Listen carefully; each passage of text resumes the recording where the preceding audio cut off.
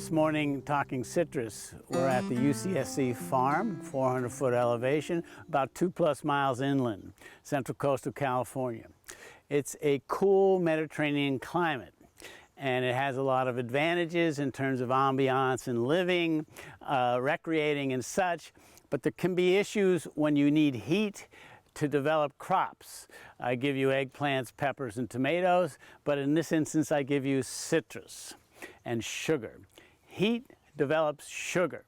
Heat and humidity, like they have in Florida, not California, gives you sugar and juice. But you need heat not just for sugar, but for a good sugar-acid ratio that gives you the full, robust flavor that you want from fresh eating out of hand citrus. So here we are, coastal, a little bit of elevation. So what's the big issue with citrus in this area?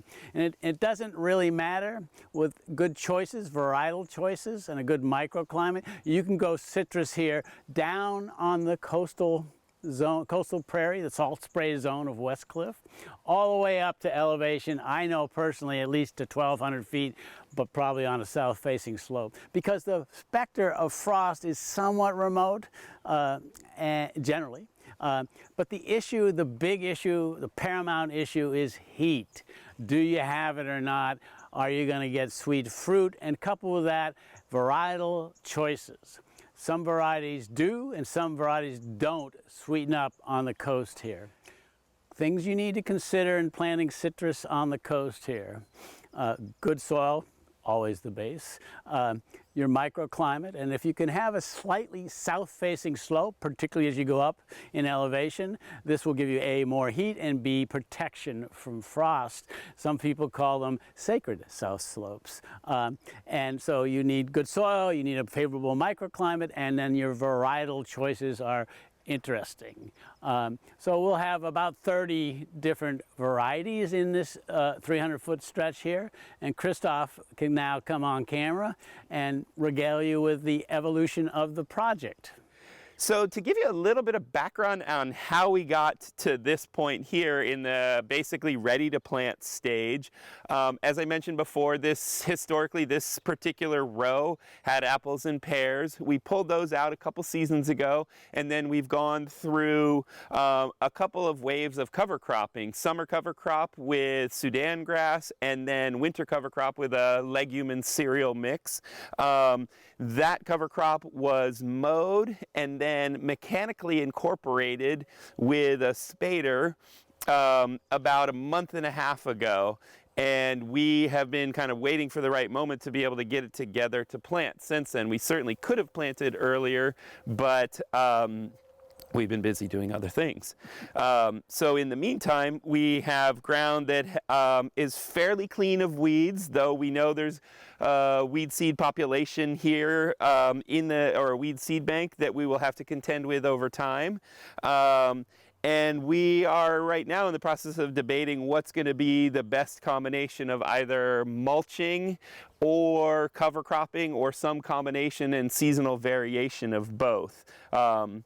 And that will come after we get the citrus planted. You'll see that the irrigation that we've got set up, we've got a 3/4 inch distribution line and then a loop that will be tightened up right around the base of the tree here to provide irrigation to each of these trees. And then as the trees grow and expand and we need additional irrigation, this irrigation line is just crimped off at the end with a figure-8 fitting, so then we can take that off, add a coupling, and extend this line to provide more water as the canopy gets bigger and the expansion of the root run moves along. Let's talk about some considerations for planting citrus. It's an evergreen fruit, so you're going to be planting it fully leafed out and growing out of containers.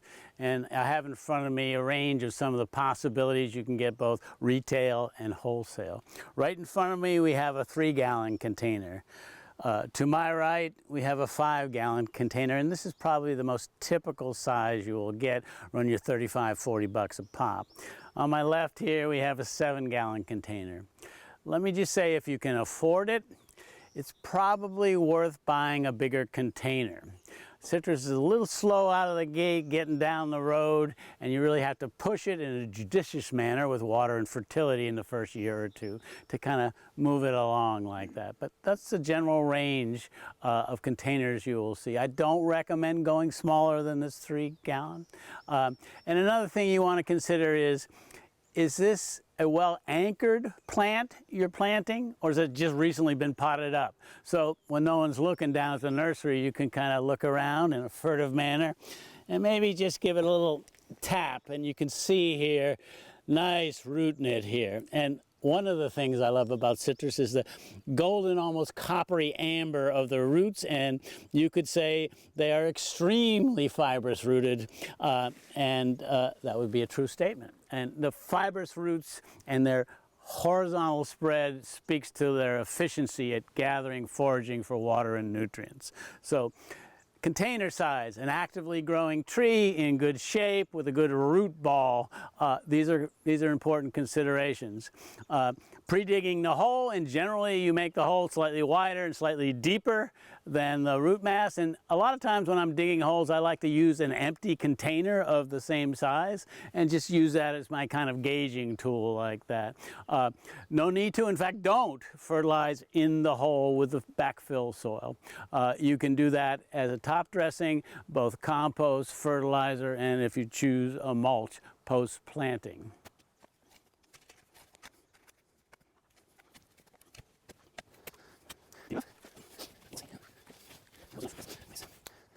Okay, so we've excavated, we have the backfill, and it's kind of a 2-person operation here. Again, making sure that you keep as much of the root ball intact as possible, i.e. slip it in quick and bury it. So he's going to drop and I'm going to bury. And when you are planting, I really like, it's helpful if it's a bigger plant if you have 2 people, but I try to put as much of my hand on the root ball as possible so that you saw some soil just dropping off there. We minimize the soil loss. Really good root development deeper in the pot, but the top couple of inches right at the surface that is continuously, having a wet, dry swing, the trees are much less likely to root there, but you still don't want to lose that soil. There you go.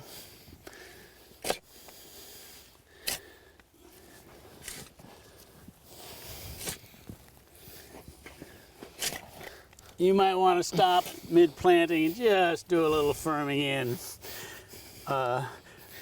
One of the criterion for good transplanting is good root soil contact. As opposed to deciduous trees, you don't have to worry too much about the depth of planting. On deciduous trees, the bud union is rather low, but it's high here on these grafted citrus. So we're probably good to go. Yeah, so now that our tree is in place, I'm going to reinstall our drip line. This 1/2-inch poly, it's hard to get a tight circle with it. So I'm actually going to do a little bit of a kind of a figure 8 here, holding it in place with staples so that at least initially my water is going to come in nice and close to the root ball. This particular drip line is on a 12-inch center, 1/2 gallon per hour. So once we've planted this entire row, we'll come back and run the irrigation for a couple of hours to do that initial watering in. And then from that point moving forward, it's going to be a little bit weather dependent and how frequently we're watering, but typically at least once a week, and maybe during heat waves a couple times a week to make up for water deficit, especially with the trees having a more limited root run at the outset until they've really started to expand out and into the soil. Picked an amiable site. We planted the tree. We're now going to do a little top dressing and fertilizing. The 2 options that we have here are compost and a granular fertilizer. Let me just say a few things about both of those amendments. The good thing about compost is that it's slow acting. The bad thing about compost is that it's slow acting. So what's good about slow acting is you have a slow bleed out of nutrients, particularly nitrogen. And in fact, you could say compost has a half-life in a sense. Half of the nitrogen will be released this year, half of the remainder the following year, on down the line like that. So this is good. It's just bleeding it out incrementally so that the tree can take it up. Okay, that's good. The bad thing is it's not enough. It's not potent enough. Most composts contain 0.5 to 2% nitrogen. You'd like something in the vicinity of 5 or higher.